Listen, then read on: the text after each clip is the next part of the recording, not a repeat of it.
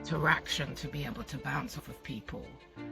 And I got answers because I've been doing this.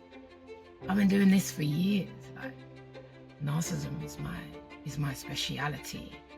And sometimes, you know what, in life, like, you know, you want to shift away from something, but it's like Keely wants to shift, but I'm always drawn back. You know, so who knows what will unfold? Who knows what will unfold? But all I know is I can use humor. I actually use humor to get my message across. And being able to use humor is a very powerful thing. Because the reality is, and people don't always want to say it, like, it depends on your school of thought. You see, if you believe, this is where people and I clash. Yeah, you might have your toxic relationships, but the truth reality, you have to understand what it is that you do. If you fundamentally believe you're responsible and that you can manifest and you create your reality. You see, if you don't believe that you create your reality, we've got different fundamental beliefs about life. So I fundamentally believe the choices I make shape my life. That's what I fundamentally believe. And if you believe that your life path is already written and your destiny is already, you see, this is the difference between me and the tarot reader. Because, as a brother said to me yesterday, Mind, Body, Spirit, he's like, Keely, you need to go to that line, because there's a long line for tarot readers and palm readers. Yeah. And I think to myself, he's like, you need to go and give your leaflet out to the people in the line waiting to talk to the tarot people. Now, I'm not looking to jump on anybody's show, because that's not fair. We're all, you know, working to deliver our message. But I think the difference is the tarot readers are going to tell you what your destiny is. They're going to tell you what your future is.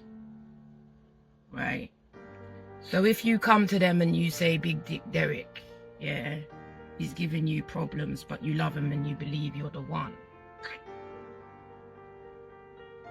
then you're kind of like, I think you're putting your destiny in somebody else's hand, depending on what the cards show, what that reveals about your life. You see, I come from a very different viewpoint. See, I believe we make choices, and a lot of our choices are unconscious. Rayon, you know what our school was like growing up. Our school weren't preparing us for greatness. Our education was not preparing us for greatness. It was preparing us for mediocrity. You understand? I know when I was going Preston Manor High School, it weren't preparing us. It was preparing us to be mediocre. You understand? Throughout my whole high school experience, I never heard any of them talk about university. It was only when I went to college I heard them talk about university, and I had never had the comprehension that I had the capacity to go to university. And I remember when the tutor said, well, if you finish this course, you can then go to university. And I was amazed by it. I was like, wow. Such was my expectation, a low expectation of something. Right? So that psychology shapes your life. I know when I was working at IKEA, like, to get a job in the council, you would have made it. If people left IKEA, and many of us kids, especially the kids, black kids, we never, a lot of us, when summer finished, we didn't go carry on. We stayed and started working full time, because now we got a car on tick and we got to pay for it. If you know what I'm talking about, give me a heart, give me a like, right? So I remember watching some of the Asian kids go back to uni, and I'm signing up for more and more hours, because now I got my little Fiat Punto on tick and I got to pay for it. And I remember people who would be at IKEA and they'd get a job in the council, and I'd be like, oh wow, they've made it. You know how much times I tried to get a council job and was declined? And I got to the point, the break point, especially with the mayhem relationships, where I thought, nah man, I gotta try, I gotta go back to college, man, I gotta try something. I weren't dumb. I just never applied myself. And by God's grace, I went on, continued, studied. Didn't know what the hell I was doing. I didn't know how to spell there. T-H-E-I-R, T-H-E-R-E, T-H-E-Y, R-E. There were 3 theirs. I didn't even know what to do. But you know what? Because I stepped out on faith, someone always guided me, someone always helped me. I want to thank Dr. Nicholas Pound, because if it wasn't for Dr. Nicholas Pound, I would have never got my degree. I would have never got my degree. I want to thank Mike Worrell.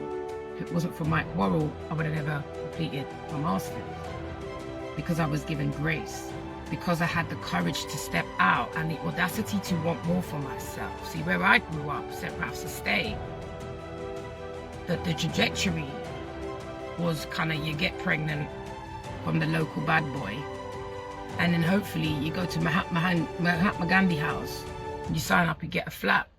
I got brethren who I grew up with who waited almost 15 years to get their permanent place. But you know what? I was able to access privilege. I'm dual heritage. My father's middle class. He had his own yard. And I went and moved in with my dad. And then I fully realized the privilege that I had. And from there, I stayed at my dad's, and I went and I kept studying. I kept studying. I kept studying. And my dad was behind me. My dad endorsed me. My dad supported me with my children. And so I just thought, I got to try it. And so for many of us, we get stuck and we don't try. We just don't try.